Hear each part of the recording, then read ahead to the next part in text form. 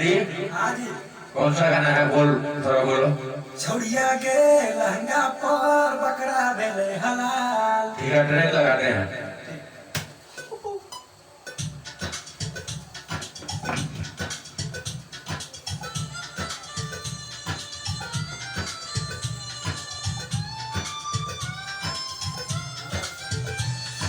छौरी के लहंगा पर बकरा बेले हलाल छौरी के लहंगा पर बकरा बेले हलाल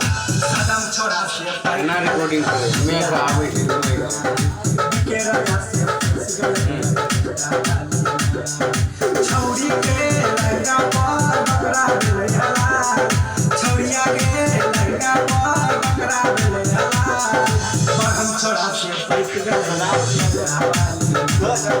किसन छोड़ा से पैक गल